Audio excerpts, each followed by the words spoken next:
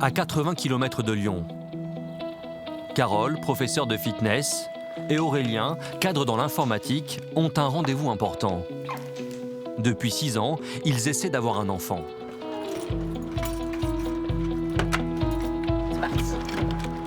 À 34 ans, Carole est atteinte d'endométriose, une maladie de l'utérus qui touche une femme sur 10. Pour tenter de tomber enceinte, elle a recours à la fécondation in vitro. Et ce matin, c'est un grand jour. Elle a rendez-vous dans un centre spécialisé pour l'implantation d'un embryon. Comment ça va? Ouais, ça va. Un peu stressée. Oui, moi aussi. Voilà, ça fait déjà pas mal de fois, donc ça serait bien que ce soit la bonne. Carole est une habituée des lieux. En 6 ans, elle a déjà subi 10 implantations. Et à chaque fois, l'inquiétude la submerge dans la salle d'attente. On y est. On sait comment ça va se passer, mais on n'est pas rodé. Ouais, il n'y a pas plus de stress aujourd'hui que les autres fois. Il n'y en a pas moins. Il n'y en a pas moins. Ouais. C'est toujours une étape capitale, quoi. Oui. Ouais, c'est le moment où ça se joue. Pour tenter d'avoir un enfant, le couple met tous ses espoirs dans ses fécondations in vitro. À chaque protocole, les ovocytes de Carole sont prélevés, puis fécondés par les spermatozoïdes d'Aurélien en laboratoire. L'embryon est ensuite placé dans l'utérus.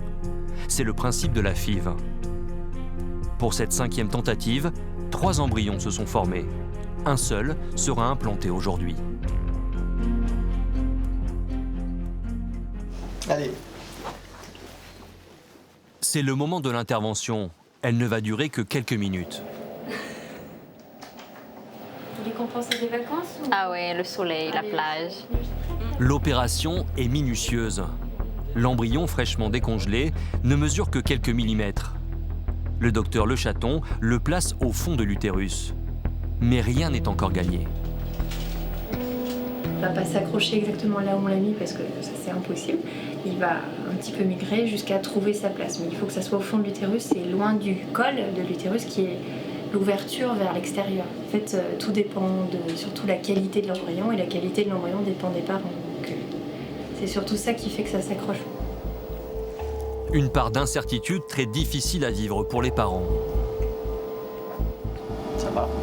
Oui, Cool, t'as fait un peu mal aujourd'hui ou on pas? me fait un peu mal. Carole et Aurélien espèrent que cette fois, l'embryon va s'accrocher fermement. C'est un guerrier. T'es un guerrier beau gosse. Ouais. Joli beau. Bisous.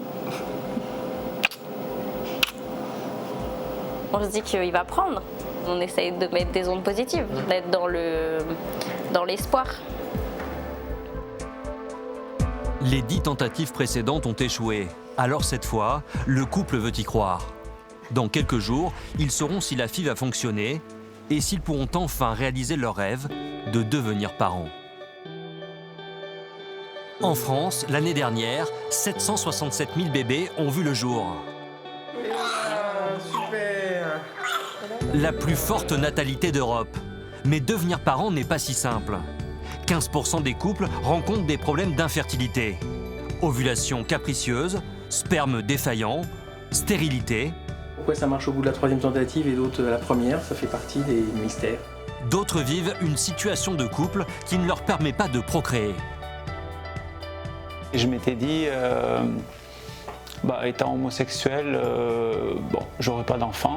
Pour tous ces couples, commence alors le long et difficile chemin de la procréation médicalement assistée, la PMA. Le plus, ça va me retenir de pleurer maintenant. C'est bon, c'est parti.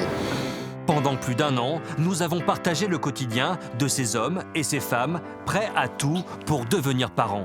Carole et Magali sont toutes les deux atteintes d'endométriose. Si Carole espère tomber enceinte grâce aux fécondations in vitro, Donc l'objectif c'est un enfant et j'espère que j'arrêterai pas tant que l'objectif est pas là. Magali, elle, doit avoir recours à un don d'ovocytes car elle est à un stade plus avancé de la maladie. Et cela fait 2 ans qu'elle et son mari attendent une donneuse compatible. J'ai plus envie de voir la tristesse dans les yeux de ma femme. Gaël, lui, souffre d'azospermie, une faible mobilité des spermatozoïdes. Après 8 ans de galère, Stéphanie, sa femme, est enfin tombée enceinte. Le couple vit aujourd'hui dans l'angoisse que cette grossesse n'arrive pas jusqu'à son terme. C'est pour ça qu'on vit vraiment la grossesse, là, étape par étape. On reste prudent. Eva-Sophie, 41 ans, est célibataire. Depuis 2 ans, elle multiplie les tentatives de PMA pour avoir un enfant seul. Mais tous ses efforts se soldent par des échecs. C'est la première photo de mon futur enfant, j'espère. Jean-François et Pascal sont homosexuels et ils ont fait appel à une mère porteuse pour fonder une famille. Papa. Dans quelques jours, ils s'apprêtent à accueillir leur 2e enfant. Non, c'est pas pour l'argent, c'est pour donner de l'amour et une famille. Ces 5 couples ont vécu un même parcours du combattant, semé d'espoir et de déception.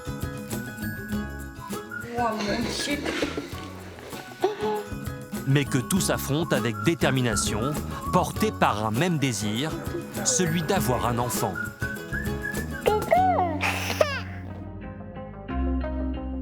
Guggenheim, en Alsace, à 30 km de Strasbourg. Ou ça, tu veux le mettre plutôt dans la petite chambre? Ouais, on va le mettre dans la chambre. À 37 ans, Magali est atteinte d'endométriose sévère, ce qui l'empêche de concevoir un enfant naturellement. Comme ça, vas-y. Avec son mari Sébastien, ils sont en attente d'un don d'ovocytes. La pièce, on la rangera plus tard. Magali, commerciale, et Sébastien, magasinier, sont en couple depuis 10 ans. Il y a 3 mois, ils ont emménagé dans cette maison. On n'avait plus envie de rester là-bas et puis en plus on avait l'occasion d'acheter, donc on s'est dit pourquoi pas un nouveau souffle. Une nouvelle vie, nouveau départ et peut-être nouveau bébé, on ne sait pas. Une nouvelle maison pour tourner la page, car il y a 5 ans, le couple a vécu un drame terrible. Magali a accouché de jumeaux à 5 mois de grossesse et les bébés n'ont pas survécu. Alors là, il y a toutes les affaires de Sacha et Louis. On va montrer. Il y a encore beaucoup de choses avec des étiquettes que j'ai toujours pas enlevées. J'ai dit un jour, il faudra que je le fasse, mais voilà. Il y a ça. Bon, ça, c'est leur grand-mère qui l'avait fait pour le mettre au cimetière. Donc du coup, comme ça prenait l'eau, on les a enlevés. Pourtant, la grossesse de Magali se passait bien. Mais les jumeaux sont arrivés trop tôt, sans que les médecins ne sachent pourquoi. À l'hôpital, l'infirmière nous installe dans une salle et il remarque à l'échographie que le travail a commencé depuis déjà pas mal de temps. Et c'est là où ils nous ont dit vous êtes à dilatation complète, que j'allais accoucher au moins d'un dans la soirée et qu'avec un peu de chance, Louis arriverait peut-être 1 semaine, 2 semaines. Enfin, ils allaient tout faire pour que ça soit le plus tard possible. Et puis finalement, non, en fait, Sacha est arrivé à 23h37. Ouais. Et Louis, il est né sans vie à minuit 14. Ouais.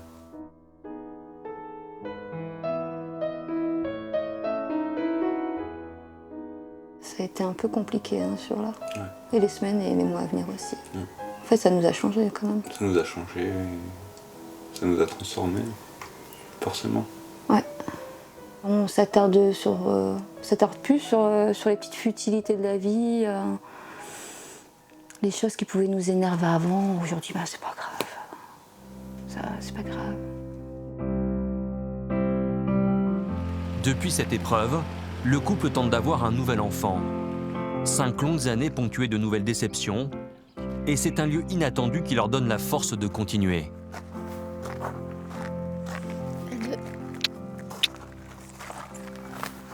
Quand on était encore à l'hôpital, hein, déjà la première chose qu'on s'est dit, c'est tout de suite on se marie, pour porter le même nom de famille. Et la deuxième chose, c'est on leur a promis de tout faire pour avoir un autre enfant.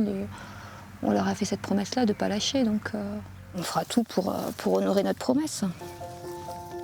Depuis, le couple multiplie les tentatives. Après 6 fécondations in vitro infructueuses, Magali a dû passer au stade supérieur, le don d'ovocytes. Vas-y, chérie.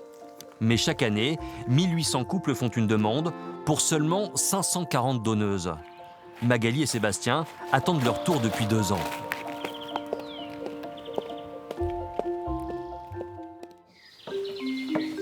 Trois semaines plus tard, la nouvelle tant espérée tombe enfin. Le centre de biomédecine a trouvé une donneuse compatible avec Magali. Le transfert pourrait avoir lieu dans quelques jours. Mais la jeune femme n'ose pas encore se réjouir. Peur d'être déçue, peur de l'échec, peur que finalement ça ne puisse pas se faire. Donc un peu de stress ce matin et cet après-midi, je vais savoir enfin si le transfert a lieu pour bientôt ou pas. Ce matin, Magali a rendez-vous à l'hôpital de Strasbourg, l'un des 29 sites en France habilités au transfert d'ovocytes. Les médecins doivent vérifier que son corps est prêt à recevoir un embryon. Voilà, venez, on va s'installer ici pour faire l'échographie. Je vous prends la petite pochette. Les ovocytes de la donneuse seront fécondés par les spermatozoïdes de Sébastien, puis implantés dans l'utérus de Magali. Allez, on va faire cette échographie. Installez-vous. Voilà. Le docteur Hall effectue une échographie de l'utérus. Si l'examen est mauvais, l'implantation pourrait être retardée. Alors, nous avons une muqueuse en triple couche qui nous fait 8 mm tout rond, impeccable. C'est bon signe. Très bien. Voilà. Donc là, ça va se passer comment pour le transfert? On introduira avec un petit cathéter souple l'embryon ici, au milieu D'accord, ok. de votre muqueuse. Rhabillez-vous et on se voit après dans mon bureau pour l'entretien pour le dossier. D'accord. Bonne journée à vous. Merci à vous aussi. Merci beaucoup.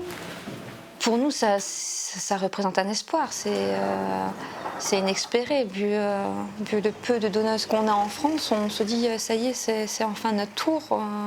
C'est l'espoir qui arrive au moment où on s'y attend pas, en fait. Dans une dizaine de jours, Magali recevra l'embryon qui lui permettra peut-être de tomber à nouveau enceinte. Elle n'aura pas les mêmes gènes que son futur enfant, mais pour elle, ce n'est pas un problème.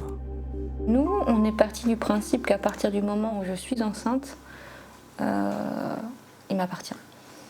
Donc c'est juste une question d'ADN. Je sais très bien que l'enfant ne pourra pas me ressembler ou avoir des traits de mes parents, de mes frères.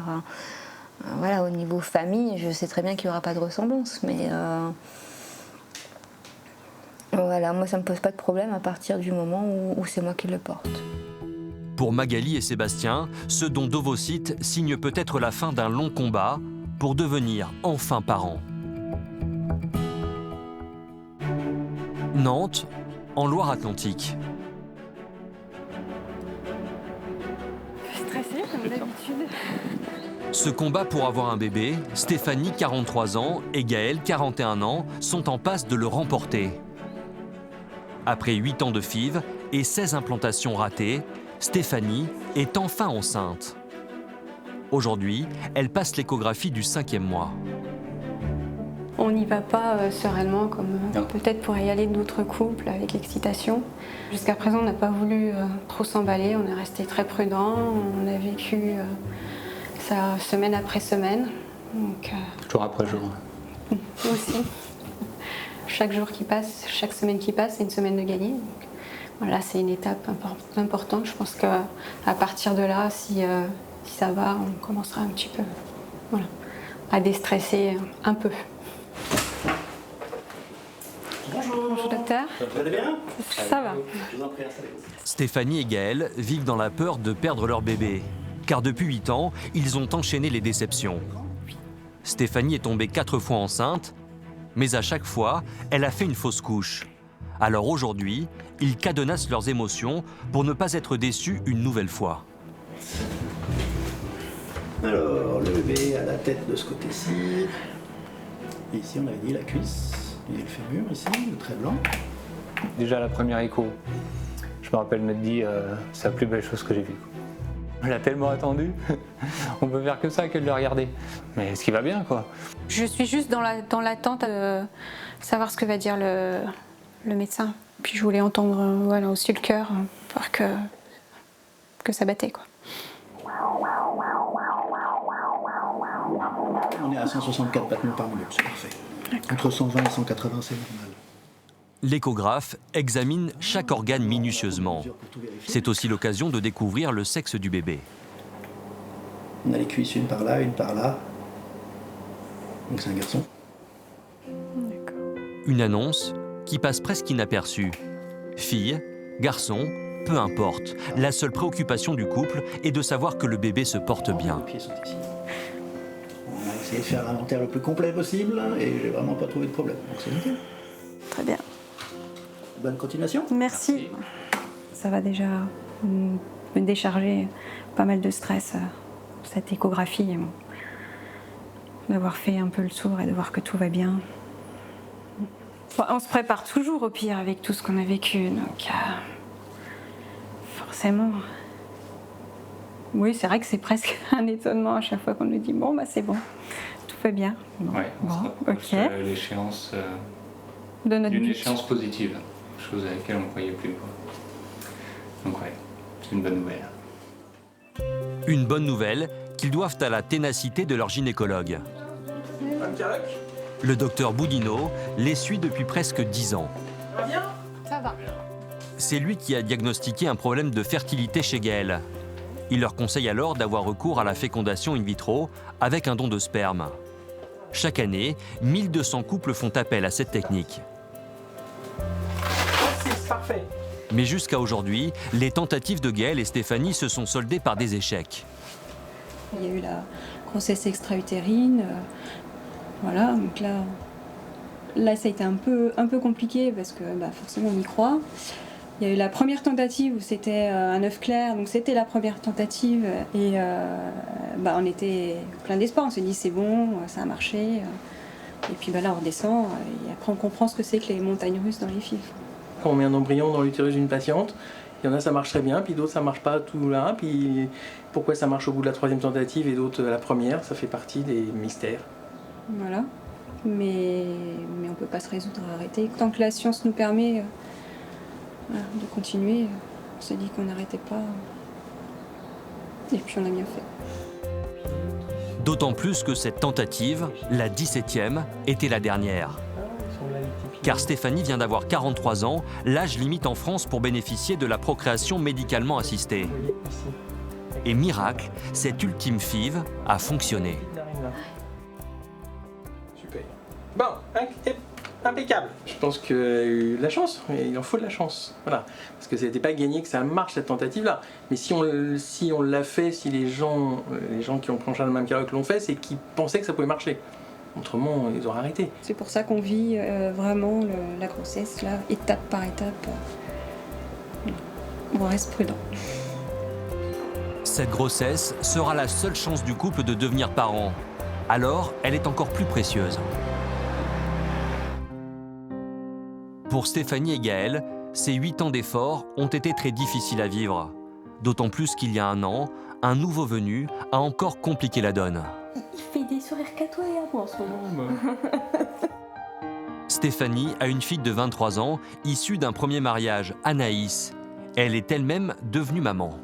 Quand il y a des bébés dans la famille, c'est toujours difficile, quoi. Même les bébés à l'extérieur, c'est toujours difficile, mais pour Anaïs, en fait, ça m'a pas du tout fait la même chose. J'ai été soulagée, contente, et j'ai pas vécu ça du tout de la même manière que Gaël. Et c'est vrai que sa grossesse, pour moi, a été compliquée, quoi. Le fait d'apprendre qu'elle était enceinte, déjà, ça a été dur. À l'accouchement aussi, ça a été dur. Avoir le petit, j'avais un peu de mal, ouais, c'est vrai. La seule chose qui me rend jaloux, c'était avoir un enfant. Tout le reste. Mais bon, voilà, une fois qu'il était là, t'as craqué, quoi. Bah enfin, oui, voilà. c'est un petit bout, c'est tout gentil. Mais... Heureusement. Non, mais voilà. Avec le bébé qu'attend Stéphanie, la famille n'a plus qu'un seul espoir, tourner la page et oublier ces moments difficiles. Paris, au cœur de Saint-Germain-des-Prés. Jean-François et Pascal, eux aussi, se battent pour agrandir leur famille. Une entreprise d'autant plus difficile qu'ils sont homosexuels. Diego, comment s'appelle papa? Très bien. Et moi? Le couple a déjà 2 enfants. Diego, 1 an et demi, et sa grande sœur de 13 ans, Gabrielle, issue du premier mariage de Jean-François. Et ta sœur, comment elle s'appelle? Diego est né d'une mère porteuse aux États-Unis. Et dans quelques jours, il s'apprête à avoir un petit frère par le même procédé. Que bueno. Diego, il est où? Ouais. Par contre, le bébé, on lui a voulu expliquer qu'il va avoir un petit frère. Je crois que c'est très abstrait. Il va avoir le choc de sa vie là. Les deux hommes sont en couple depuis 12 ans. Jean-François est un artiste plasticien réputé. Pascal, lui, est chorégraphe, spécialiste du flamenco. Il a fait partie du Ballet national d'Espagne. Jean-François a été marié à une femme. Puis 6 mois après la naissance de leur fille, il rencontre Pascal et c'est le coup de foudre. Après 6 ans de vie commune, se pose la question d'avoir un enfant ensemble. On s'est dit comment on fait. Premièrement, on a d'abord pensé à, bon, évidemment, in vitro ou gestation assistée, on va dire, mais on s'est dit on va trouver une amie, ou on va... Puis finalement... Il est cassé. C'est pas vraiment la notion de famille qui apparaît là-dedans, parce qu'on est obligé d'agrandir, et nous, on voulait quelque chose entre nous. Partager cet enfant avec une femme n'est pas le souhait de Jean-François et Pascal. Ils veulent être sa seule famille. Alors ils s'intéressent à la gestation par autrui. On connaissait très peu de choses sur la GPA, on avait des a priori comme plein de gens par méconnaissance. Non, on se disait, est-ce que c'est éthique, enfin toutes les questions que se posent les gens. Et en parlant autour de nous, on a rencontré 2 papas qui avaient fait ça et qui nous ont raconté leur histoire. Ça nous a vraiment émus. En France, la GPA n'est pas autorisée. Le couple contacte une agence à Boston qui leur propose plusieurs mères porteuses. Seuls 9 États américains autorisent la GPA. Les 2 hommes rencontrent Marlina et le courant passe immédiatement. 2 ans plus tard, elle donne naissance à Diego. Et dans 3 semaines, elle accouchera de leur nouvel enfant. Justement, elle vient de les contacter par SMS. Je vais faire un examen aujourd'hui pour vérifier si mon col est dilaté. Jean-François et Pascal ont prévu d'être aux États-Unis 15 jours avant le terme. Mais ils n'ont qu'une crainte, rater l'accouchement de Marlina. Le bébé est apparemment assez costaud, donc ils veulent surveiller pour voir s'ils vont peut-être plutôt provoquer avant la date prévue, une semaine avant. Si on doit partir ce soir, on part ce soir. Hein. Oui, mais on ne va pas partir ce soir. Si le médecin nous dit qu'elle accouche demain, on part ce soir. Autant pour Diego, on a été quand même 3 fois pour ça. Mais là, c'est beaucoup plus abstrait parce qu'on n'a pas pu y aller parce que la déménagée était beaucoup plus loin aux États-Unis, dans l'Idaho. Donc c'est très abstrait. Donc si en plus on n'est pas à l'accouchement, ça rend la chose encore plus surréaliste un petit peu. Pour rendre cette grossesse plus concrète, les 2 hommes tiennent absolument à assister à l'accouchement. Mais Marlina habite dans l'Idaho, à 13 heures d'avion. Alors si le bébé arrive à l'improviste, Jean-François et Pascal n'auront pas le temps de s'y rendre. Pour se rassurer, ils lui téléphonent. Hello. Salut! Tu es magnifique. Jean-François veut prendre l'avion tout de suite. Ils m'ont dit qu'il n'arriverait pas avant la 39e semaine. Ça dépend de lui quand il va arriver. Il est dans la bonne position? Oui, dans la bonne position. Il bouge chaque jour un peu plus, je le sens descendre tous les jours. Ah yeah. Ok Marlina. Ok, on se reparle plus tard. Bye bye. Bon courage. Bisous. Bye bye.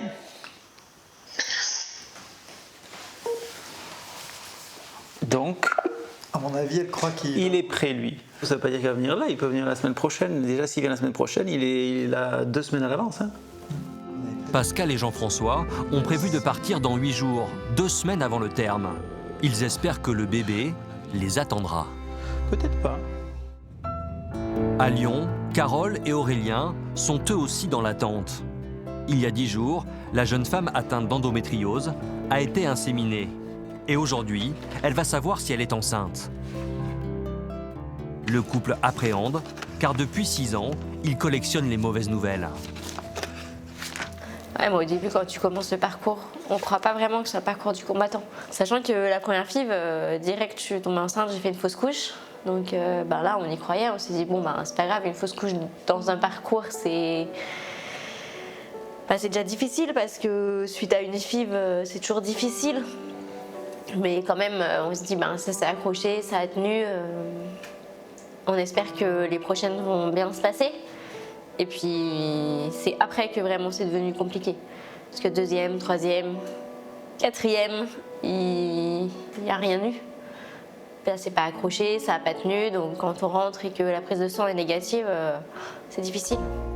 Pourtant, en 2016, le couple crie enfin victoire. Après sa 4e FIV, Carole tombe enceinte. Ça commence à être gros, mais encore... Pas très gros. On savait que c'était un garçon. Ah, c'est vrai que c'était un garçon, c'est vrai. Et là, c'est le gros bide, là. Et là, c'est le gros bide. La grossesse se passe bien jusqu'au 5e mois. Mais un matin, Carole perd soudainement les os.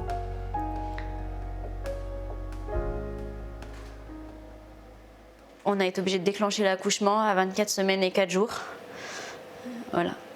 Et le bébé n'a pas survécu à l'accouchement, il était trop petit. Pendant tout ce parcours, moi par exemple, j'avais du mal à y croire. J'attendais de voir la suite. Et puis à 3 mois aux échographies, quand on commence à le voir bouger, là on commence à s'enflammer un peu, à se dire que ça a l'air de marcher. Grosse douleur, parce qu'on était dans le concret.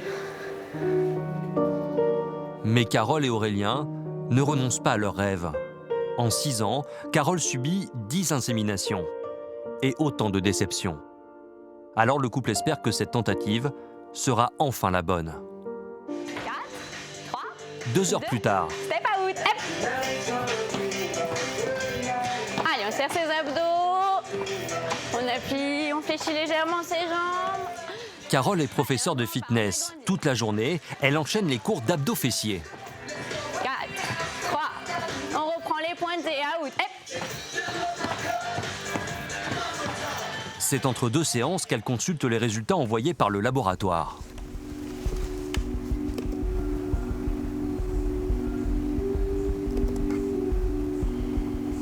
J'ai hâte de savoir si c'est positif, négatif, hâte de connaître le résultat. Stressé un peu, angoissé ça... Un peu stressé. Le laboratoire n'a pas encore envoyé le fameux mail. Les résultats se font cruellement attendre. Ça y est, toujours pas. Pas de résultats.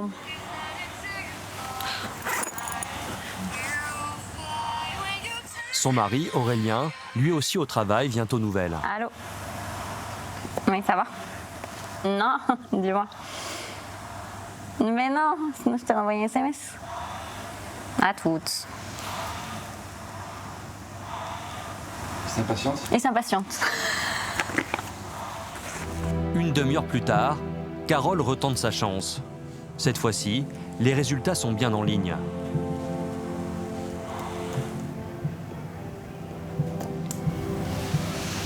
Du coup, c'est pas bon. Donc je m'y attendais un peu, mais on espère toujours avoir la bonne surprise. Vous attendiez à ça? L'embryon ne s'est pas accroché. Une nouvelle déception.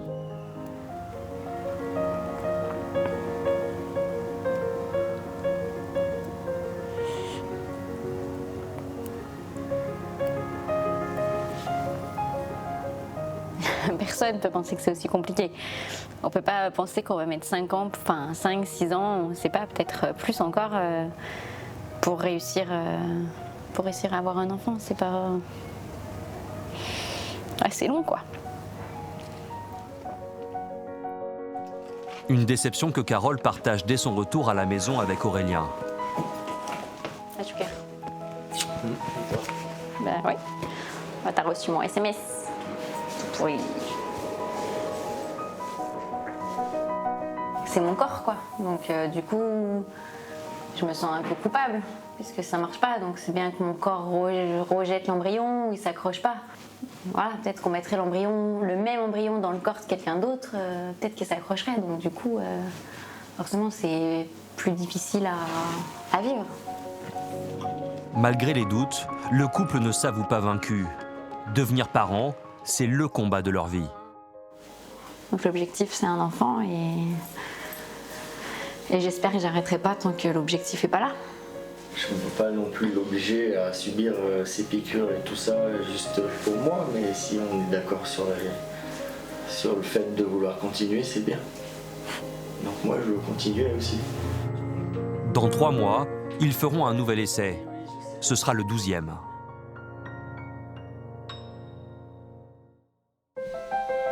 En Alsace, Magali et Sébastien sont eux aussi à la veille d'un jour crucial. Demain, Magali va être inséminée. Le couple a attendu 2 ans avant de trouver une donneuse d'ovocytes compatible. Alors, à quelques heures de l'intervention, Sébastien est gagné par l'anxiété. C'est stressant et en même temps, on en a très envie, quoi, mais on aimerait avoir les résultats tout de suite, mais c'est une sorte d'impatience mêlée à de la peur, donc c'est bizarre. Après le décès de leurs jumeaux et 6 fives infructueuses, Sébastien a peur de connaître une nouvelle déception.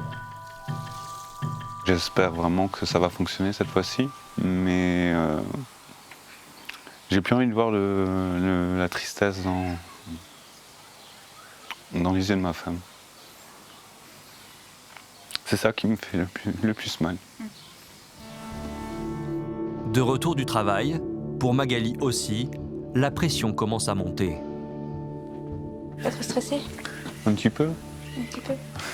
Toi aussi, je pense. Ouais, j'ai pas passé une bonne journée, ça. Ouais, je pense que je m'inquiète aussi pour rien. Il faut qu'on se projette aussi dans le fait que ça marche cette fois-ci. Et pas qu'il y ait un échec et voir plus tard, en fait. Ah oui. Non, il faut se concentrer sur demain et après on verra.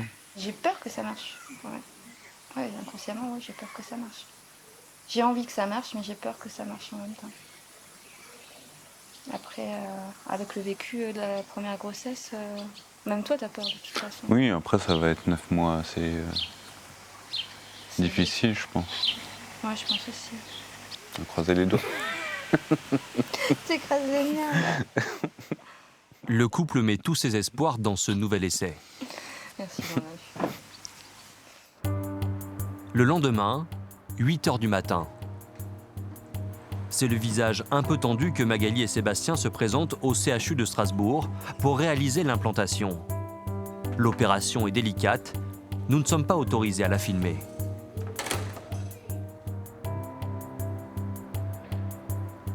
Deux heures plus tard, l'intervention est terminée et elle s'est bien déroulée.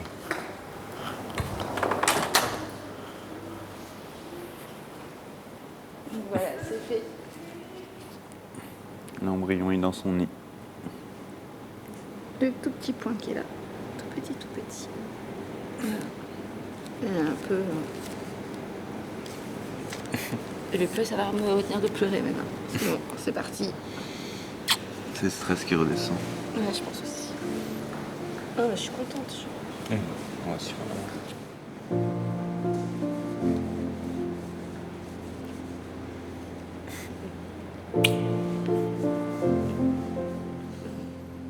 Dans 2 semaines, le couple saura si l'implantation a réussi.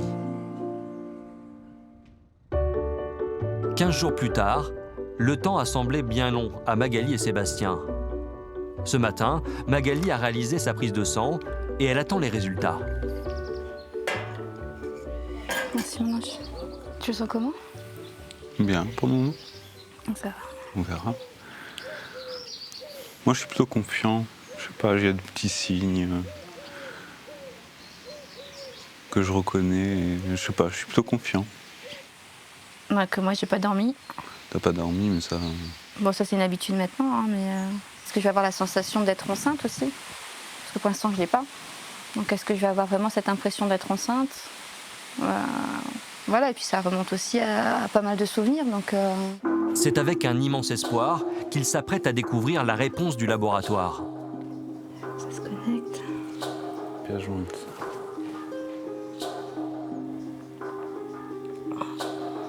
C'est bon. C'est bon.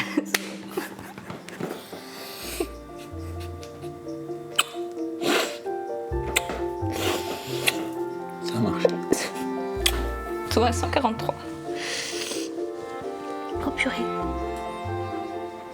Oh purée. Ça finit par payer. 5 ans après, ouais. Enfin, 4 ans après. 4 ans après les jumeaux, enfin ça paye, quoi. Mais je m'attendais jamais à revivre ça une nouvelle fois, donc ouais, ça fait bizarre. Ça fait bizarre. Je suis enceinte. Je suis enceinte. T'en es mal à dire.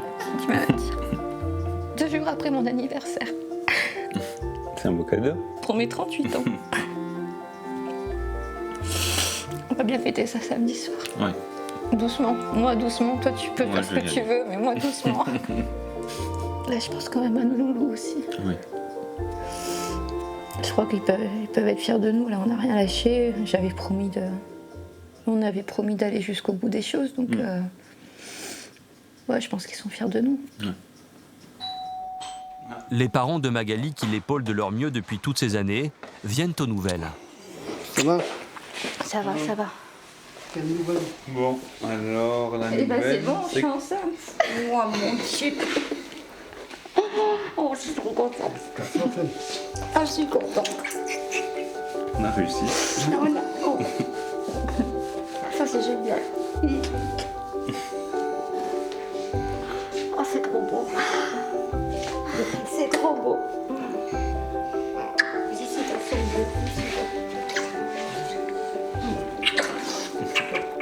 Ah oui, une belle revanche. Hein, oui. Puis il le mérite en plus.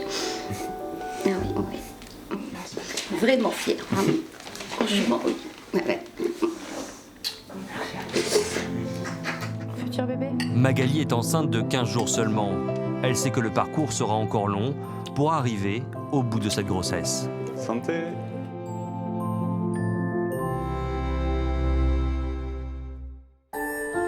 En Loire-Atlantique, 1 mois et demi plus tard, après 8 ans d'efforts, Stéphanie et Gaël, eux aussi, arrivent au bout du tunnel.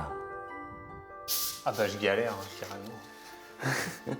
Non, ça va, ça avance. Les futurs parents sont en plein travaux, et pas n'importe lesquels. À 2 mois de l'accouchement, ils préparent la chambre du bébé. C'était notre débarras en fait. Grenier, voilà, pas de grenier, donc voilà. Il fallait recaser les affaires un petit peu de partout. Ah merci, ah bah c'est sympa. Tu reviens pas pour m'aider là? C'est parti. Cette chambre d'enfant, Gaël n'y croyait plus, car il souffre d'azospermie, une faible mobilité des spermatozoïdes. Pour avoir cet enfant, il a dû renoncer à être son père biologique. Stéphanie a été inséminée avec le sperme d'un donneur anonyme. Effectivement, ce ne sera pas mes gènes, mais ça a très peu d'importance. Il y a des dons d'ovocytes pour les femmes, des dons de sperme pour les hommes. Ça n'empêche pas d'être parent. Je serai son père, il n'y a pas de doute. Il n'y a pas de doute là-dessus. Ouais. Stéphanie, elle aussi, a consenti à beaucoup de sacrifices pour tomber enceinte. Dans ces cartons, des vêtements offerts par des proches. Une aubaine, car ils ne vivent plus qu'avec un seul salaire. Il y a 8 ans, Stéphanie a arrêté son travail dans l'informatique pour se consacrer au traitement. C'est difficilement compatible avec un emploi. On ne peut pas dire du jour au lendemain à son patron, demain j'ai tel examen à faire à telle heure, ou j'ai une ponction, je ne peux pas être là. Alors peut-être que c'est possible quand on en fait 3-4, mais quand on en fait 17, et à côté du bonheur qui nous attend, finalement, on se contente de ce qu'on a, on vit très bien comme ça. Ces 8 années d'efforts pour devenir maman ont laissé des traces. Pour ne pas souffrir une fois de plus, Stéphanie ne s'autorise toujours pas à croire à cette grossesse, même en préparant sa valise pour la maternité. C'est vrai que c'est un peu irréel, comme quelque chose qu'on a fantasmé. Et puis on prépare, et puis une fois que c'est là, on se dit ouais, en fait, c'est en train de se passer. Un parcours comme ça, on se dit encore que tout peut arriver. Enfin, en tout cas, moi, je me dis que tout peut se passer.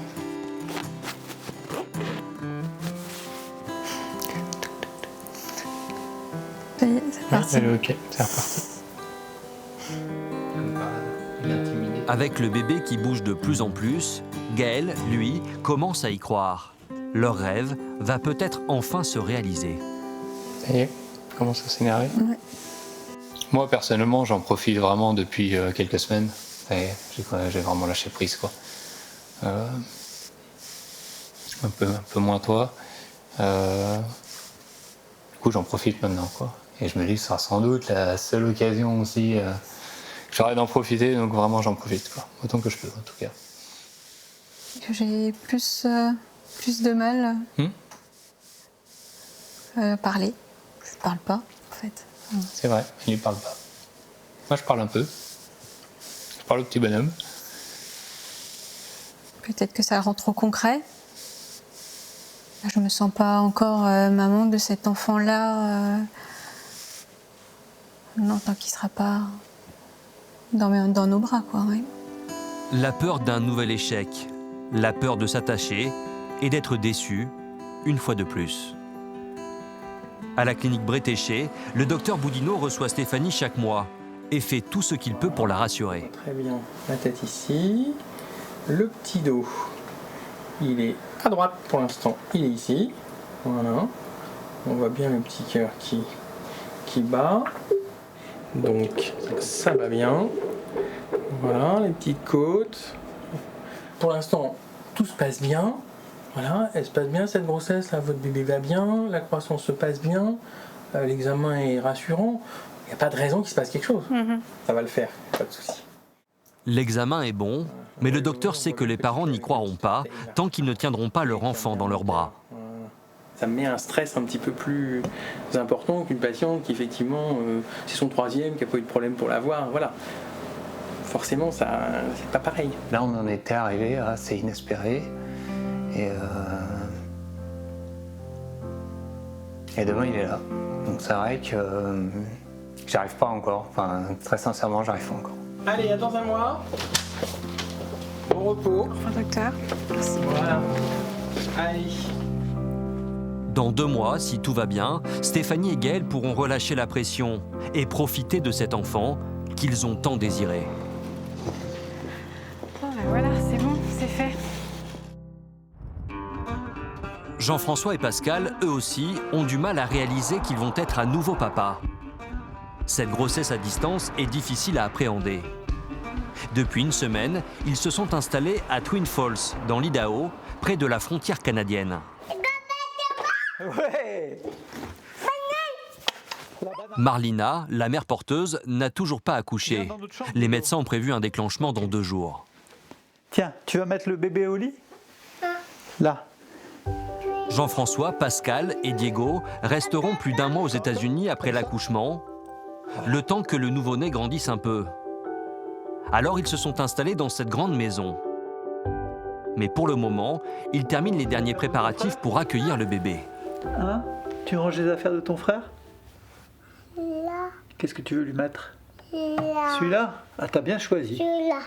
T'as bien choisi parce que ça, c'est le meilleur petit frère. Ah ouais. Des bodys, on a. Ça, on lui mettra. Et on a quelques pyjamas, mais on n'a pas grand-chose, on n'a aucun pantalon. Ça va être un peu juste. On a plus de choses à partir de 3 mois, mais pour les premiers temps, je sais pas ce qu'on va lui mettre. Hein. Pas facile pour les 2 papas de s'approprier ce bébé qui a grandi dans le ventre d'une femme à 8000 km de chez eux. Pour moi, ça reste vraiment très abstrait. Hein. J'ai vraiment du mal à m'imaginer qu'on va voir 24 heures sur 24 de nouveau un bébé. C'est complètement un choix assumé, on a eu le temps de le mûrir, mais tant qu'il n'est pas là, c'est pas évident de vraiment de se l'imaginer. Le compte à rebours a commencé, c'est prévu pour lundi. Tu vas t'en occuper ? Tu vas t'occuper du bébé, toi ? Non. Ce n'est que lorsqu'ils voient Marlina, avec son ventre très arrondi, que la grossesse se concrétise. Cet après-midi, elle leur rend visite avec Rudy, son mari, mais aussi Shona et Tana, ses 2 enfants. Hello. Hello, Shay. Hello, Marlina.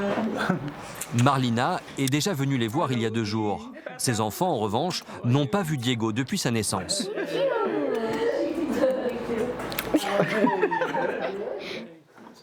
Marlina a 38 ans. Elle est secrétaire pour un organisme de la ville. Depuis la naissance de Diego, elle est restée très proche de Jean-François et Pascal. Ils se téléphonent toutes les semaines et cette deuxième grossesse les a encore rapprochés. Il est super bas aujourd'hui. Il n'a plus de place. Il me donne des coups sur le côté. Ah, en voilà un. Peut-être qu'il sera danseur de flamenco. Ou alors il sera un danseur de hip-hop sur la tête, comme ça. C'est après une histoire de famille que Marlina s'est engagée comme mère porteuse. Mon frère ne pouvait pas avoir d'enfants. Enfin, c'est ce qu'on pensait. Mais en fait, c'est son ex-femme qui ne pouvait pas en avoir. Alors je me suis proposée d'être sa mère porteuse. Mais finalement, on a laissé tomber parce que sa fille allait avoir 16 ans et il ne voulait pas remettre ça. Alors on est allé dans une agence pour voir si on pouvait aider quelqu'un d'autre. Rudy, son mari, la soutient dans cette démarche. Par l'intermédiaire de l'agence, Marlina rencontre Jean-François et Pascal et le courant passe immédiatement. Après 2 ans de formalités, de traitement, naît Diego. Rapidement, se pose la question de lui donner un petit frère. On voulait un deuxième, évidemment, mais c'était seulement si c'était avec elle. Mais pourquoi tu as accepté d'en faire un deuxième alors que l'accouchement de Diego avait été compliqué? Parce que aucune grossesse ne se ressemble, chaque accouchement est différent. Mais après celui-là, on arrête. Ce qu'elle fait pour nous, c'est quand même incroyable. Les agréments, les risques, les traitements, on voyait bien, certaines Skype, elle n'était pas en super forme, hein, comme toutes les grossesses, mais là, on se dit qu'en plus, elle fait ça pour nous. Si Marlina porte le bébé, toute sa famille vit cette grossesse avec elle. Shona et Tana ont dû apprendre que leur maman portait un enfant qui ne serait ni leur frère, ni leur sœur. Elle lui a parlé hier. Oui? Qu'est-ce que tu lui as dit? Tu te souviens de ce que tu lui as dit? Non, elle lui a demandé de sortir. Ah non! Dimanche seulement. Dimanche seulement. Tu es pressé de le voir? Oui. Pourquoi? Je ne sais pas. Il va être mignon. Comme Diego, Pascal et Jean-François. C'est une aventure familiale parce que Tana et Shana sont là tout le temps. Pour Rudy, ce n'est pas facile de penser que sa femme porte le bébé d'un autre. C'est pour ça que c'est une aventure familiale. Pas seulement celle de Marlina. Quand on est allé à l'agence, ils nous ont tout de suite dit que je ne devais pas avoir de lien profond avec ma femme et le bébé. Maintenant, nous sommes amis avec toute la famille. Diego n'est pas mon fils, mais il fait partie de ma famille. Nous avons créé une grande famille tous ensemble. Ça vaut le coup. Une grande famille dans laquelle les enfants se perdent quand même un peu. Je voudrais garder le bébé comme si c'était mon frère, mais bon, comme c'est le leur, alors... Comment tu le considères? Comme mon frère. Non, comme ton cousin. On a dit que c'était comme ton cousin. Un cousin avec lequel ils n'ont aucun lien génétique. Car Marlina n'est que la mère porteuse. Diego et le futur bébé ont été conçus avec les ovocytes d'une donneuse. Et ils ont chacun leur père biologique. Diego est le fils de Jean-François et le futur bébé, celui de Pascal. Elle a l'air de souffrir, Marlina. Ça pèse, hein? Elle a du poids en plus. Et pour Pascal, savoir que ce futur enfant aura ses gènes est très important. Ça rajoute une émotion pour moi.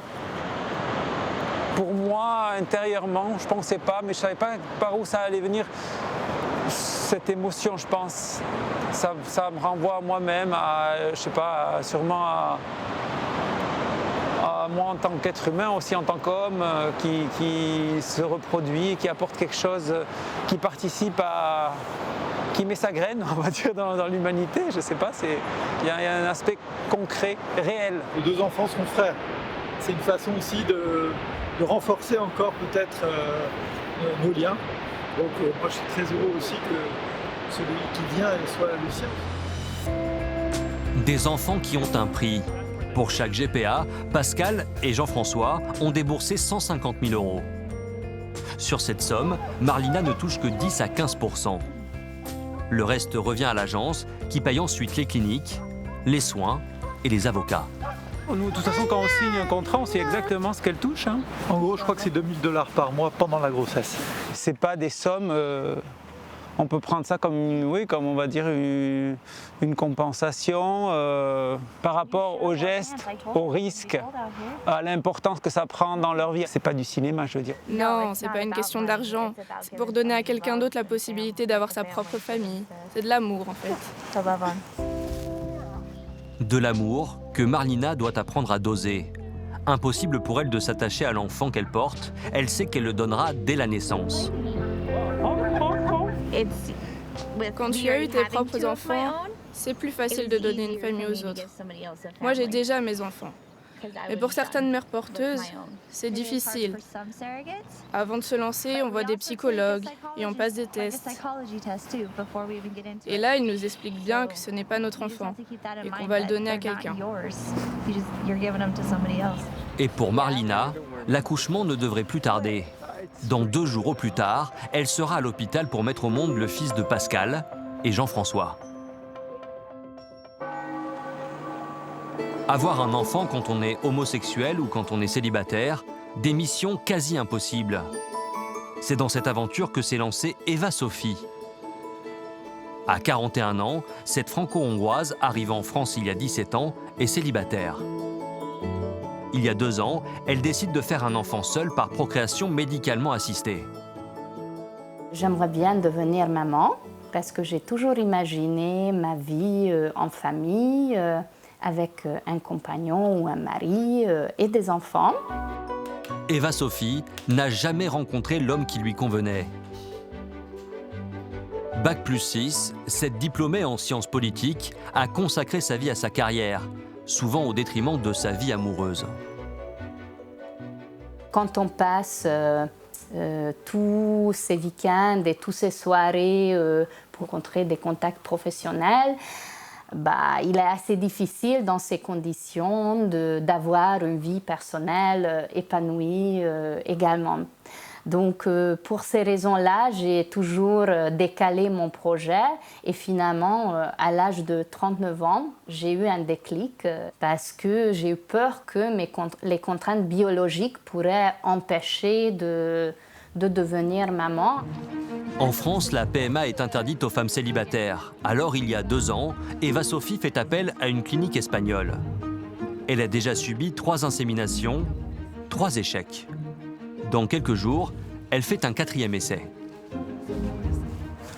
Mais si vous voulez, il y a de l'ananas aussi. Un parcours du combattant qu'elle traverse avec le seul soutien de ses amis, car toute sa famille habite en Hongrie. C'est auprès d'eux qu'elle trouve du réconfort entre 2 tentatives. Mais c'est clair que c'est très très prenant, ça prend beaucoup d'énergie, surtout que j'ai espéré que dans mon cas, ça va marcher tout de suite. En gros, je ferai une seule tentative et ça va marcher tout de suite. Et comme j'avais beaucoup d'ovocytes, j'avais des bilans de fertilité qui étaient très bons par rapport à mon âge. Et donc, c'est quand même très très décevant de voir que finalement, c'est pas aussi facile que ça. Tu as beaucoup de courage pour faire tout ça toute seule. Parce que c'est vraiment incroyable. Je pense que quand on est vraiment motivé pour un projet, le courage, on le trouve. Hein. Donc, tout est une question de priorité. Hein. Donc, pour moi, c'est un projet vraiment important. Un projet qu'elle mûrit depuis 2 ans. Alors, Eva Sophie a déjà pensé à tout. Même à ce qu'elle dirait à son enfant sur ses origines. Quand ton enfant va demander où est son papa, qui est son papa, je vais lui dire la vérité très très trop. Donc je vais lui dire qu'il y avait un monsieur qui a donné son sperme pour aider ta maman pour avoir un bébé. Mais ce monsieur n'est pas ton papa, c'est juste une personne qui m'a aidée. J'aimerais bien être très transparente avec lui dès l'âge le plus jeune sur cette question-là. là. Mais Eva-Sophie n'en est pas encore là. Dans 2 jours, elle décolle pour l'Espagne pour faire une 4e tentative. 11h du matin, Eva-Sophie arrive à Madrid. Après 3 échecs, elle a décidé de changer de clinique.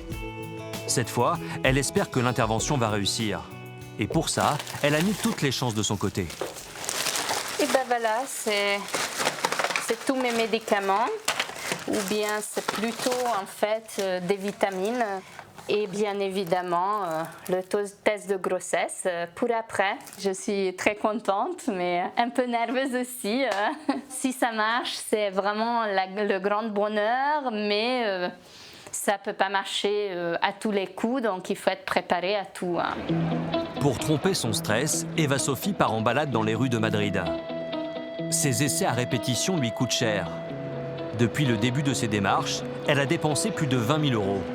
Mais elle est bien décidée à aller jusqu'au bout.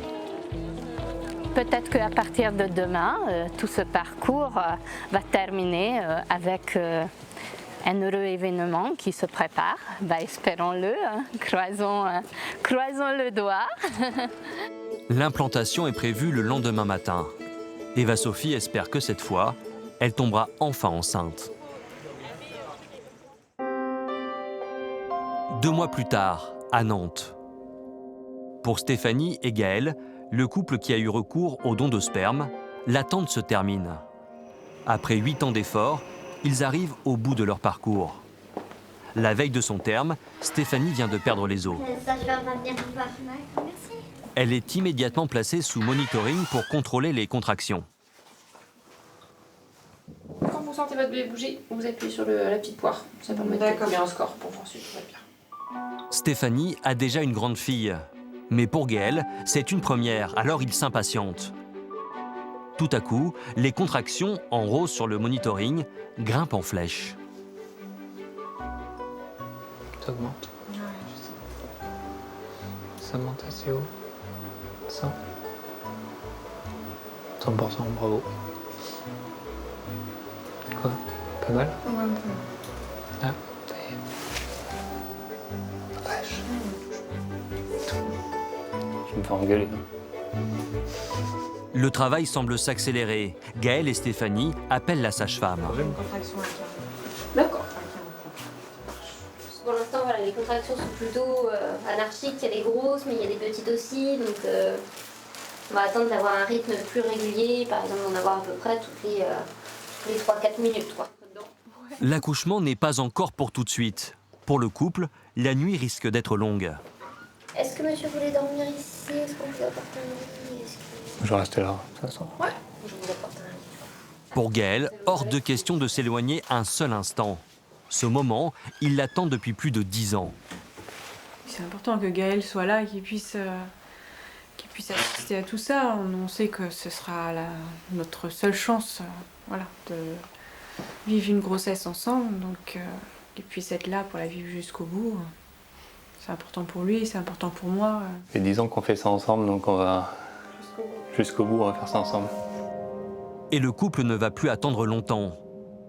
2 heures plus tard, les événements s'accélèrent. Ça va mieux, ça fait du bien, ça agit un peu. Ça commence plutôt.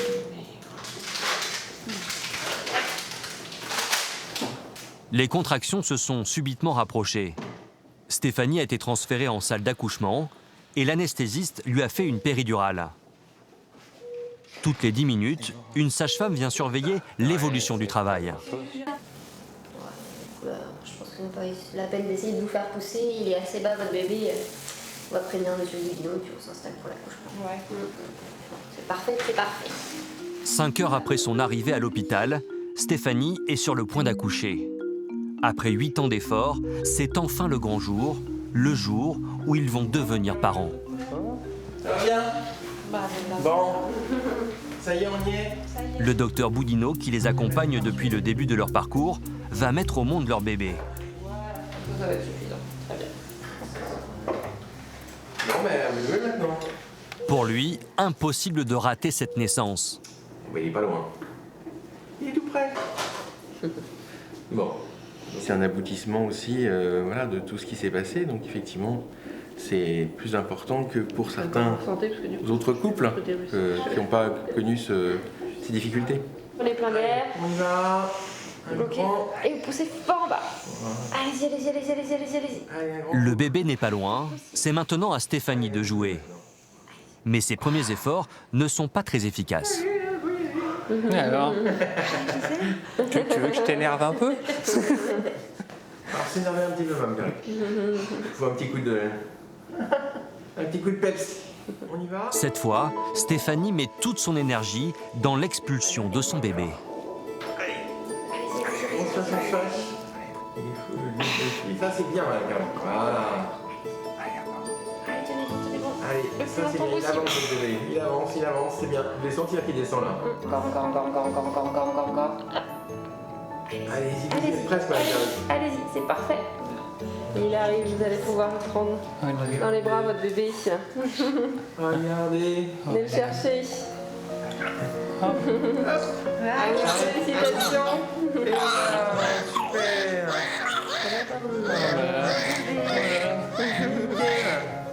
Super, Mme Garrick.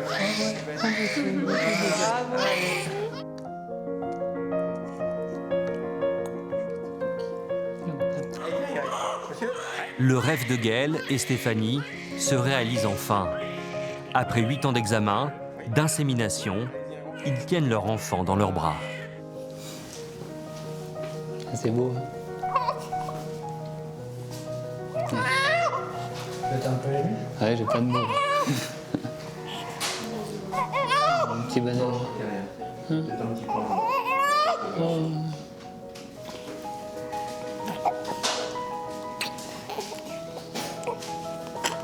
Bienvenue Charlie. Bienvenue. Du mal à réaliser que c'est l'autre. Putain, il est arrivé en si peu de temps. C'était encore irréel, ouais, il y a 1 heure. Et pour le coup, c'est bien réel. Donc, Ça fait quoi d'être papa? Je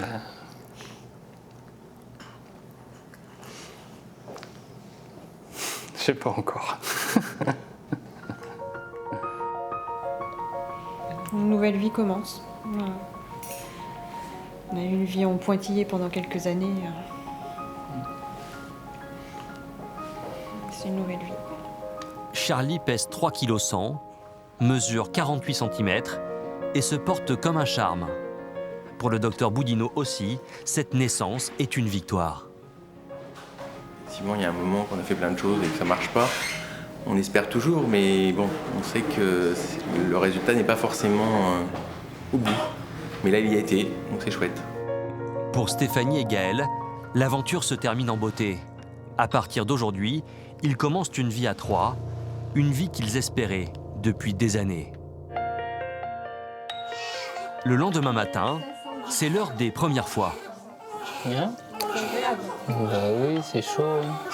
Ah bah oui, c'est agréable là. Je vais prendre sa place. Mais... Dans la nurserie, Charlie prend son premier bain avec papa. Et l'un comme l'autre semble apprécier. Ah bah il a l'air d'aimer ça, ouais, ça me fait plaisir. Ah bah.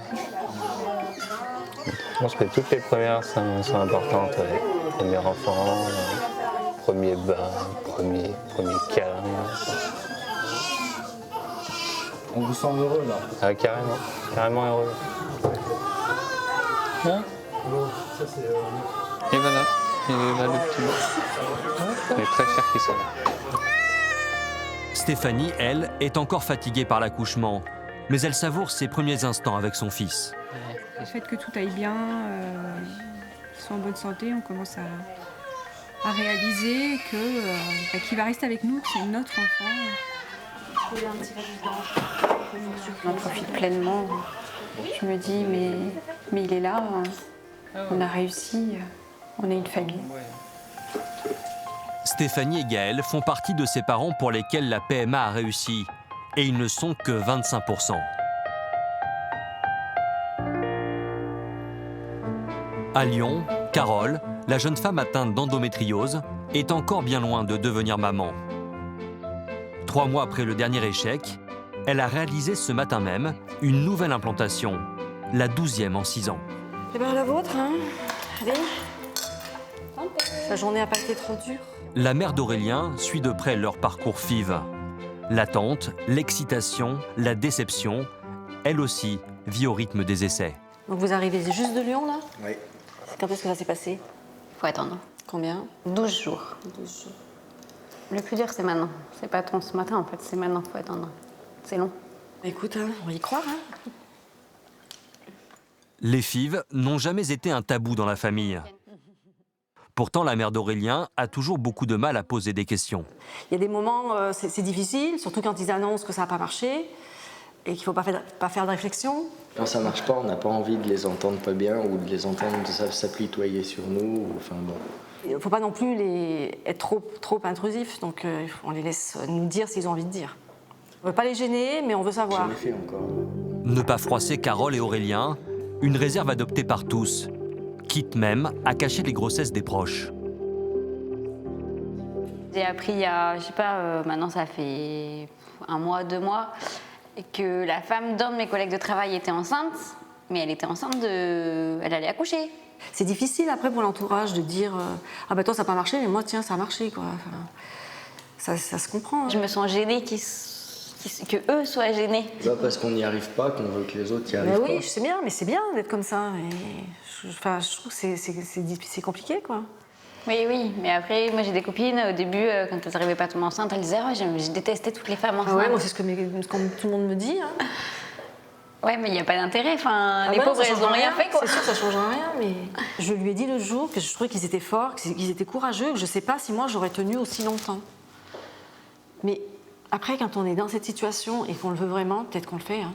Allez, on attend la prise de sang. La prise de sang. La réponse, c'est à Biarritz qu'ils vont la prendre, 2 semaines plus tard. Depuis 3 jours, Carole et Aurélien s'octroient un peu de vacances.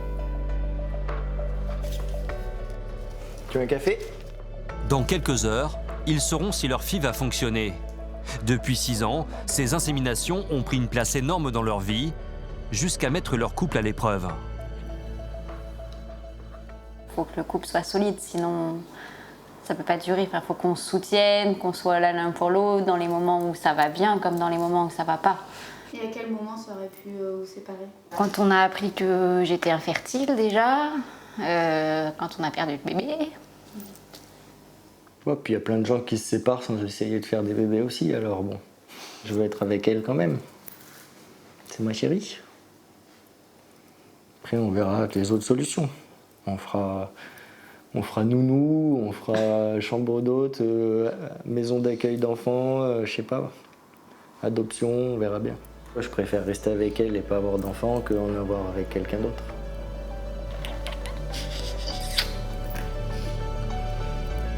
Un couple soudé, même si l'absence de cet enfant est de plus en plus pénible à supporter. C'est donc avec beaucoup d'espoir que Carole et Aurélien s'apprêtent à consulter en ligne les résultats de la dernière FIV. La jeune femme a fait une prise de sang le matin même. Cette nouvelle tentative sera-t-elle enfin la bonne? Je vais traduire ce que je vois pas. Tu vois pas? Inférieur à 5, c'est négatif. Ça a encore pas marché. Après, ça reste la routine, l'échec. Du coup, on se dit plus grand chose de plus, quoi. C'est la routine. À force, vous devenez résistant à ce genre d'épreuve.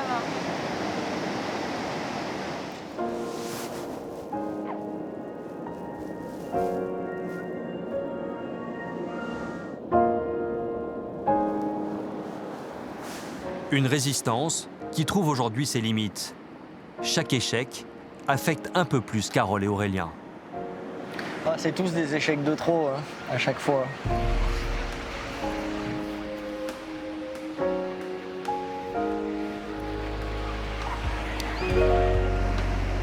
Des échecs pour les uns et de bonnes nouvelles pour les autres. Aux États-Unis, à l'hôpital de Twin Falls, Marlina, la mère porteuse, a finalement mené sa grossesse à terme. Hello. Salut. Alors, il est où ce bébé? Et aujourd'hui, c'est le jour du déclenchement. Comment tu as dormi? En fait, il a pas mal bougé. Sur le dos? Il va faire comme le premier finalement. Vous avez hâte? Hâte qu'il sorte de là, ouais. Ça fait au moins 2 semaines qu'il me donne des coups de pied. Marlina a été hospitalisée le matin même. Grâce à l'aide des médicaments, les contractions ont débuté. Une sage-femme vérifie régulièrement l'avancée du travail. Ça va vite une fois que la poche des os est rompue. Eh bien, ça peut prendre 1 heure, comme 5 heures. Je vérifie l'évolution régulièrement pour voir si le travail avance et on va bientôt en savoir plus. Voici Oli. C'est Jean-François et Pascal. Enchanté. Bravo, c'est un jour magnifique pour vous. Marlina n'a pas encore eu de péridurale et les contractions commencent à la faire souffrir. Mais Jean-François et Pascal sont encore plus stressés qu'elle. J'ai pas bien dormi. Ouais, j'étais un peu comme tout barbouillé, puis je me sens faible et tout. C'est la nervosité. Ça y est, on commence à percuter là.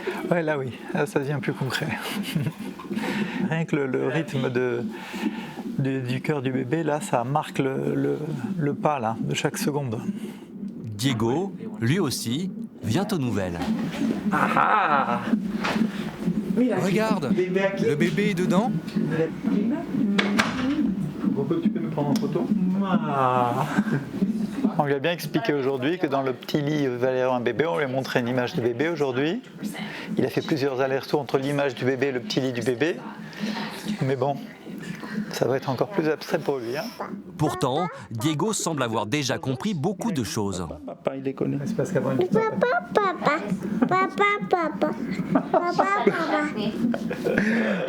Le travail de Marlina avance bien.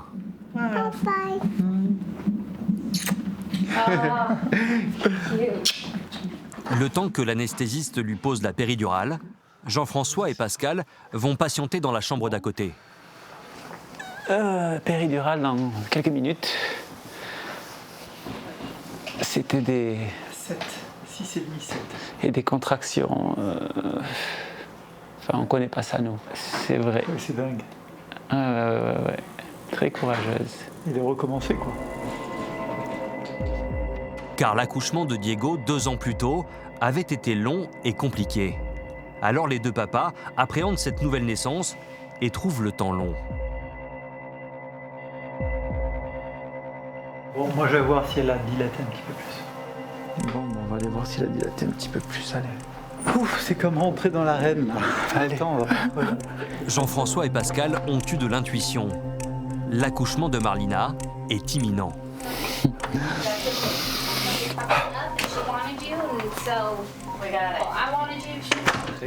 L'hôpital ne nous a pas autorisés à filmer. Jean-François et Pascal immortalisent eux-mêmes l'instant.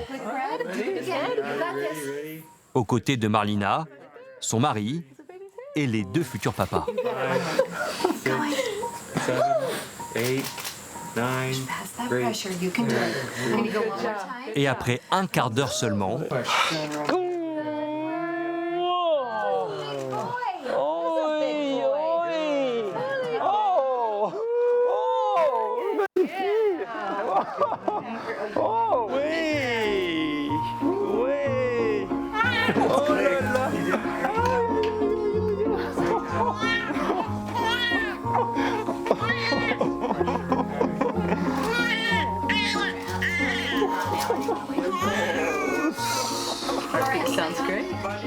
Pablo pèse 4 kg 100, mesure 55 cm et il est en pleine forme. Et c'est là qu'il faut penser que c'est un morceau de moi. Coucou Pablo, tu sais que tu t'appelles Pablo? Si.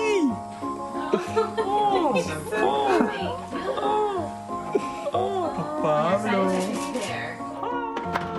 Shona et Tana sont impatients de voir la frimousse de Pablo. Voilà le bébé. Regardez-le. Il est tellement mignon. Regardez. La mère de Marlina est présente, elle aussi. C'était si rapide que du coup, enfin je sais pas si c'était rapide, mais comme ça, en une demi-heure elle nous l'a fait là. Ah non, c'est du boulot, hein, la pauvre. Ah.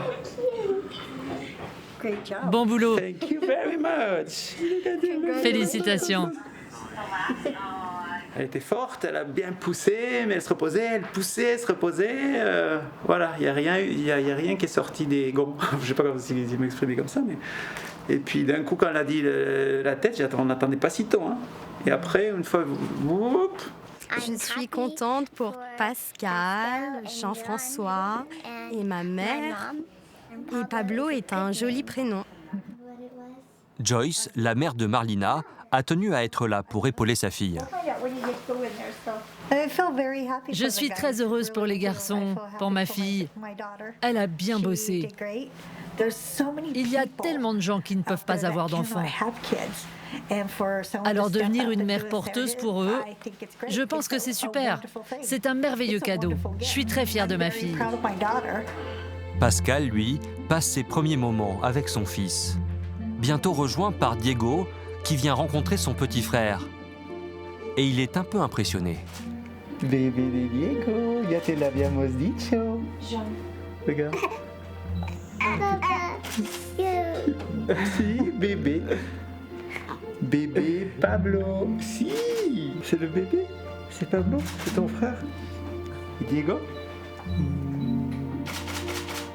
Tu vas passer de... You want to take it? Marlina aussi fait connaissance avec Pablo. Elle l'a vu très peu depuis qu'elle l'a mis au monde. Priorité au papa. Je suis fatiguée. Et toi aussi, hein, t'es fatiguée. C'est une championne. Merci. Je fais ce que je peux. Marlina est épuisée et émue de tenir Pablo dans ses bras. Oui, je sais que tu as faim. Et tu vas devoir attendre. Pour les papas aussi, la pression retombe. C'est concret maintenant. C'est incroyable, ouais. Une espèce de soulagement parce qu'il y avait quand même beaucoup de tension et de toute la journée. Donc là, c'est comme un relief, comme ça, comme un soulagement. De respirer, quoi. Première fois, non? Après une grossesse à distance, le petit Pablo est enfin dans leurs bras et les comble déjà de bonheur. Grâce à Marlina, Jean-François et Pascal ont construit leur famille.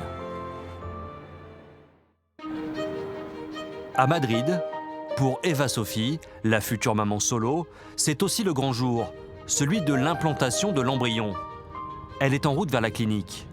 L'aboutissement, elle l'espère, d'un long parcours. Ce sont toutes les analyses que j'ai faites depuis un an. Donc vous n'avez pas tout, mais vous avez quand même ce que j'ai fait dans les quelques derniers mois ici. C'est un bon paquet quand même. Eva Sophie espère que cette fois, l'implantation va fonctionner. À la clinique, elle est attendue par Sophie, la correspondante française. Bonjour, vous venez pour le transfert? En France, la PMA n'est autorisée qu'aux couples hétérosexuels. Alors l'Espagne est devenue la destination privilégiée d'une partie de la population en mal d'enfants. Il y a aussi beaucoup de couples de femmes, de plus en plus, donc qui viennent faire des traitements soit de FIV, soit d'insémination avec sperme de donneur, et des femmes célibataires. Mais la plupart, disons 80%, c'est des couples dont la femme a passé l'âge limite en France. Pour Eva Sophie, ces derniers instants d'attente avant l'intervention sont interminables. On compte les minutes. J'aimerais bien déjà être fixée, avoir le gynécologue qui est là avec moi, qui répond à mes questions et procéder au transfert. Donc bien évidemment, c'est un peu difficile les derniers moments d'attente. Alors, comment est-ce que c'est passé avec le traitement? Vous vous sentez bien? En fait, j'ai vraiment des douleurs ici en bas, donc je voulais vous demander que c'est normal. Si ça continue après que vous prenez les Valium, on peut ajouter des traitements pour éviter les contractions de l'utérus pendant les prochaines journées. Il y a 3 mois, le docteur Escardo a prélevé l'un des ovocytes d'Eva Sophie. Il a ensuite été fécondé par le sperme d'un donneur anonyme. Eva-Sophie connaît juste son groupe sanguin et sa couleur de peau. Puis l'embryon a été congelé jusqu'à aujourd'hui. Félix, il est notre directeur de laboratoire. Oui. Bonjour.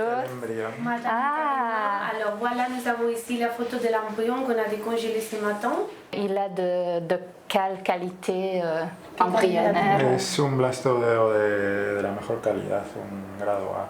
C'est une blastocyte de qualité A, c'est top qualité. Waouh, je suis super contente. C'est une très bonne nouvelle. Par rapport à cette qualité embryonnaire, on peut avoir entre 30 et 40% de taux de réussite. Ça a l'air d'être vraiment bon, donc du coup je suis rassurée et je pense que j'ai toutes mes chances à mes côtés. Eva-Sophie veut croire à la réussite de cette troisième tentative. Mais au moment de faire l'insémination, elle se pose encore des questions. Par exemple, qu'est-ce qui se passe si mon enfant, dans 20 ans ou 25 ans, va se marier avec quelqu'un qui est également issu d'un don anonyme? Et qu'est-ce qui se passe si jamais il peut tomber sur sa demi-sœur ou demi-frère? Bon, on ne saura jamais, parce que c'est complètement interdit en Espagne d'avoir plusieurs informations au niveau des donneurs. C'est complètement anonyme. Il y a quand même statistiquement une chance vraiment très peu élevée que ça arrive. C'est maintenant le moment de passer au bloc opératoire. Eva-Sophie assiste en direct à l'implantation de son embryon. Le médecin le dépose délicatement au fond de l'utérus.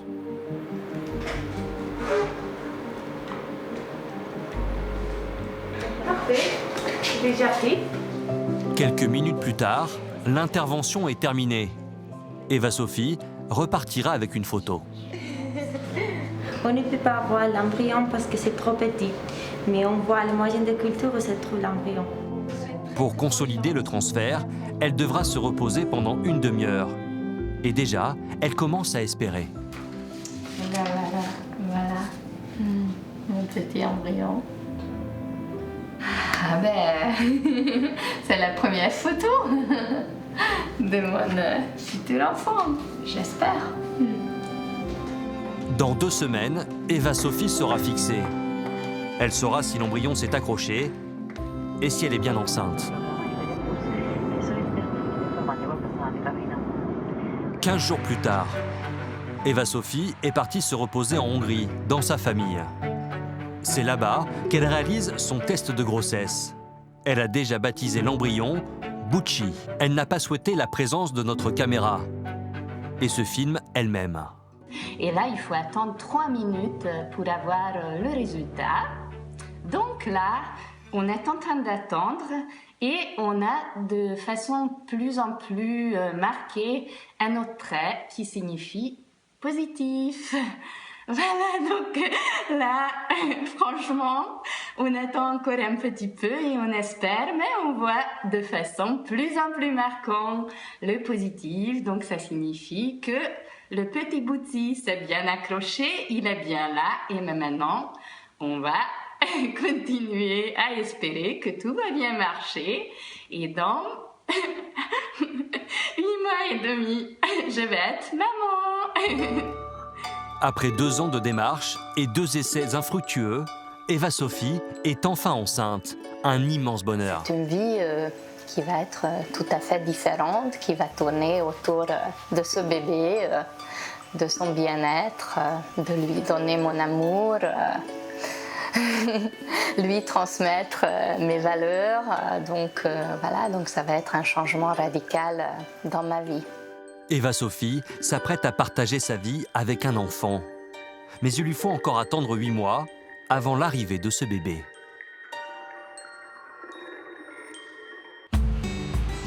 Retour aux États-Unis. Pablo a passé sa première nuit à l'hôpital avec Marlina. À la première heure, ses papas viennent lui rendre visite et Diego semble déjà l'avoir adopté. Ce matin, Jean-François donne le premier biberon. Un grand moment de plaisir. Ce tout petit biberon. Ouais, là, c'est très émouvant. Il n'y a rien de mieux que ça.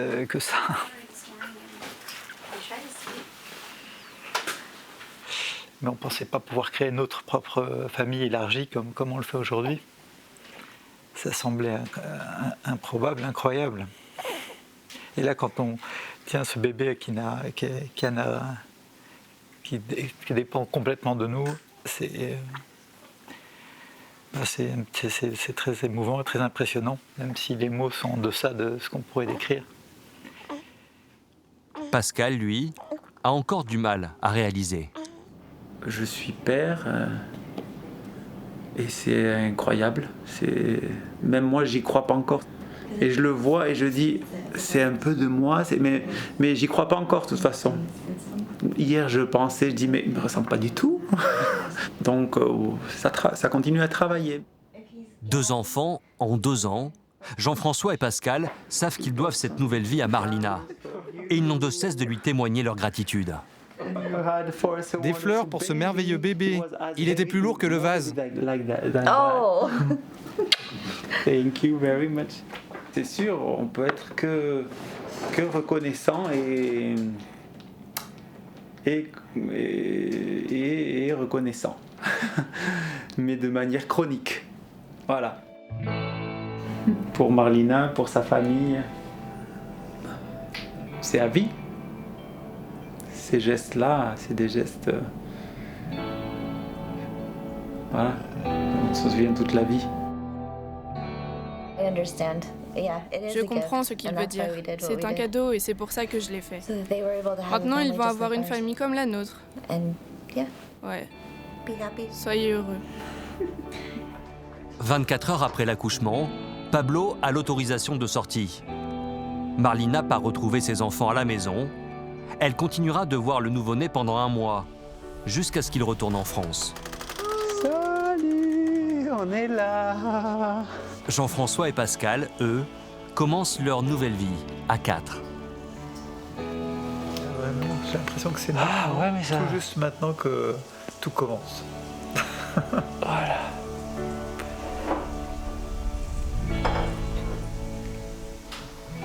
C'est le bonheur total.